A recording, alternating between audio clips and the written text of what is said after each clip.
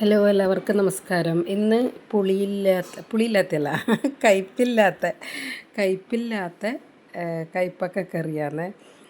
പക്ഷേ കയ്പില്ലാതെ കയ്പക്ക കറി എന്നാൽ എൻ്റെ നാവിനൊരു ഇത് വരുന്നത്. കയ്പില്ലാത്ത കയ്പക്ക കറി എന്ന് പറഞ്ഞാൽ പിന്നെ എന്നാൽ അതിനൊരു ടേസ്റ്റ് എന്ന് പറയാം. അങ്ങനെ കയ്പില്ല എന്നല്ല, നമ്മൾ ഒരു എന്തോ പോലെ തന്നെ ഈ ഇംഗ്ലീഷ് വളയിലോട്ടിട്ട് കയ്പക്കൊക്കെ ഒരു കയ്പ്പ് വരുന്നു അമ്മയെല്ലാം പറയുന്നേക്കാം. ആ നാടൻ കയ്പക്കേൻ്റെ അല്ലാത്ത അങ്ങനെ കയ്പില്ല കയ്പക്ക എന്ത് കറി വെച്ചാലും ഒരു ടേസ്റ്റ് ഉണ്ടാവില്ല. കയ്പക്കേൻ്റെ ഒരുപാട് റെസിപ്പി ഇല്ലേ. പിന്നെ എനിക്ക് ശരിക്കും പറഞ്ഞാൽ ഒരു കയ്പക്കേൻ്റെ എല്ലാ റെസിപ്പീസും ഇഷ്ടമാണ് കഴിക്കാൻ ചോറിൻ്റെ കൂടെ. അപ്പോൾ പിന്നെ ഇത് ഈ കറിയാണ് എനിക്ക് ഏറ്റവും ഇഷ്ടം കേട്ടോ. പിന്നെ ഞാൻ പറയില്ലേ, ഇപ്പോൾ ഞാൻ ഇവിടുന്ന് കഴിച്ച ടേസ്റ്റ് മനസ്സിൽ വെച്ചിട്ട് ഉണ്ടാക്കുക, അപ്പോൾ അതേ ടേസ്റ്റ് വരും.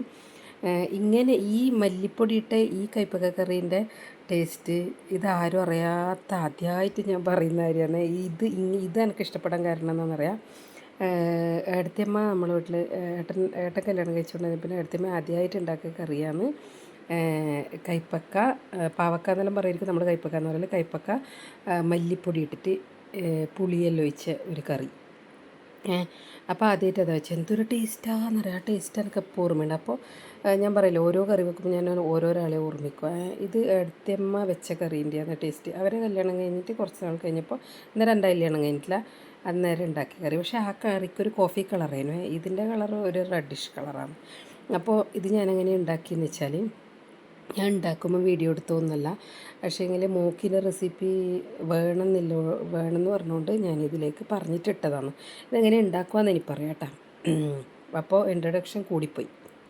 ഓക്കെ, ഇത് ഞാൻ ഉണ്ടാക്കിയത് പിന്നെ ആദ്യം ചീനച്ചട്ടി അടുപ്പത്ത് വെച്ചു, എണ്ണ ഒഴിച്ചു, കടുക് പൊട്ടിച്ചു, ഉള്ളി തക്കാളി വഴറ്റി, അതിലോട്ടേക്ക് മഞ്ഞൾപ്പൊടി മുളക് പൊടി ഉപ്പ് ഇട്ടു. പിന്നെ ചെയ്തത് മല്ലിപ്പൊടിയും ഇടണം. അത് വറുത്തിട്ട് അത്രയും നല്ലത്. അല്ലെങ്കിൽ നമ്മൾ മൂവൻ മല്ലി വറുത്ത് പൊടിച്ച പൊടിയാണെങ്കിൽ അങ്ങനെ ഇട്ടാലും മതി കേട്ടോ. അപ്പോൾ അതിന് ശേഷം കുടംപുളി കുതിർത്ത് വെച്ചു. ഒരു കട്ടോരി ഒരു കോപ്പയിൽ വെള്ളം ഒഴിച്ചിട്ട്. പിന്നെ കയ്പൊക്കെ എന്ത് ചെയ്തു, അടുത്തമ്മ വട്ടത്തിലരിഞ്ഞിട്ടാണ് ഉണ്ടാക്കിന്. ഞാൻ വട്ടത്തിലരിഞ്ഞിട്ടല്ല, പിന്നെ ഞാൻ വട്ടത്തിലരിഞ്ഞ് നടുവേ കൂടെ ഒന്നും കൂടി മുറിക്കില്ല, അങ്ങനെയാണ് കേട്ടോ. അത് മുറിച്ച് നല്ലപോലെ കഴുകി ഉപ്പ് പെരക്കി ഒരു 10 മിനിറ്റ് വെച്ചു. എന്നിട്ട് 2-3 വെള്ളത്തിൽ നല്ല വൃത്തിയിൽ കഴുകി, എന്നിട്ട് കുക്കറിലിട്ട് മഞ്ഞൾപ്പൊടി ഉപ്പിട്ട് കുറച്ച് മുളക് പൊടി ഇട്ടിട്ട് വേവിച്ച് പറഞ്ഞാൽ ഒരു സീറ്റ് വന്ന് അപ്പാട് നമ്മൾ തണുപ്പിച്ച് തുറക്കണം കേട്ടോ, അല്ലെങ്കിൽ പിന്നെ ഉടഞ്ഞു പോകും. എനിക്ക് പെട്ടെന്ന് ആക്കേണ്ടതുകൊണ്ടാണ് ഞാൻ അങ്ങനെ ഇതിന്, അല്ലാണ്ട് വെറുതെ വേവിച്ചാലും മതി. അത് കഴിഞ്ഞിട്ട് വെന്ത് കഴിഞ്ഞതിന് ശേഷം ആ വെള്ളം മൊത്തം ഊറ്റിക്കളയണം. അന്നേരം ചോദിക്കും അതിൻ്റെ വിറ്റാമിൻ ഗുണം പോവോ വിറ്റാമിൻ പോകുമെന്നല്ല, അത് കറിക്ക് ടേസ്റ്റ് വേണമെന്നുള്ളതാണ് ഞാൻ നോക്കിയത്. ഓക്കെ, അപ്പോൾ പിന്നെ എന്നിട്ട് ഇതിലേക്ക് തേങ്ങയും ജീരകവും കൂടി അരച്ചത്, അതിലേക്ക് കുറച്ച് മല്ലിപ്പൊടി മുളക് പൊടി നമ്മൾ ആദ്യം അതിലേക്ക് ഇടുന്നുണ്ടായിട്ടില്ലേ, അത് കുറച്ച് ഇട്ടാലും നല്ല ടേസ്റ്റ് ഉണ്ടാവും. എന്നിട്ട് തേങ്ങയും ജീരകവും കൂടി അരച്ചത്, പച്ച തേങ്ങയാണ് അരച്ചത്, ഒഴിച്ചിട്ട് പുളിവെള്ളം ഒഴിച്ച് തിളക്കുമ്പോഴാണ് നമ്മൾ കയ്പക്ക അതിലോട്ടിടുന്നത്. കയ്പക്ക അതിലോട്ടിട്ടിട്ട് ഒരു തിളക്കണ്ടു. അധികം തിളച്ച് കയ്പക്കേൻ്റെ കയ്പ്പ് അതിലോട്ട് ഇറങ്ങാനും പാടില്ല.